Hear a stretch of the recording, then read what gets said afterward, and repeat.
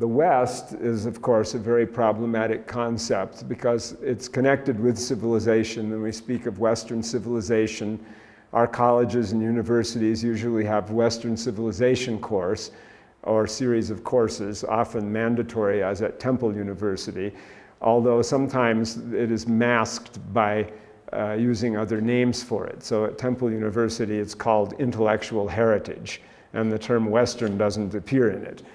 But we know what that means, basically. Western civilizational heritage, it's something ingrained in us through all our textbooks. And even though ancient Iraqi and ancient Egyptian civilization, for example, have kind of been tacked on, it generally sort of goes Greece, Rome, medieval Europe, modern Europe, and world.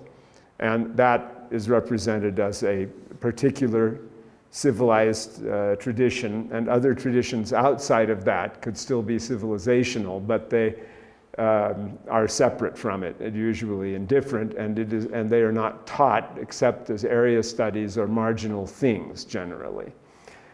And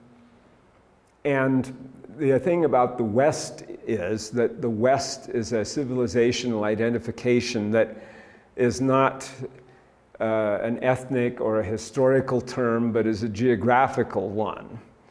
And to a large extent, that does not fit what is said of the other areas in the world and their civilizations. We talk about Indian civilization, and it's only recently become more politically correct to talk about South Asian in order to separate between the political state of modern India and the region, which also includes Pakistan and Bangladesh and Sri Lanka and Nepal and Bhutan.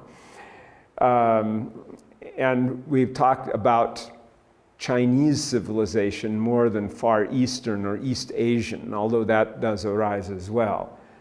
So the geographical terminology itself is somewhat odd because it tends to limit and locate that in some area perceived as the West, Western Europe, and what is west of that, Canada and the United States, and also perhaps by extension and affiliation, the Latin American area.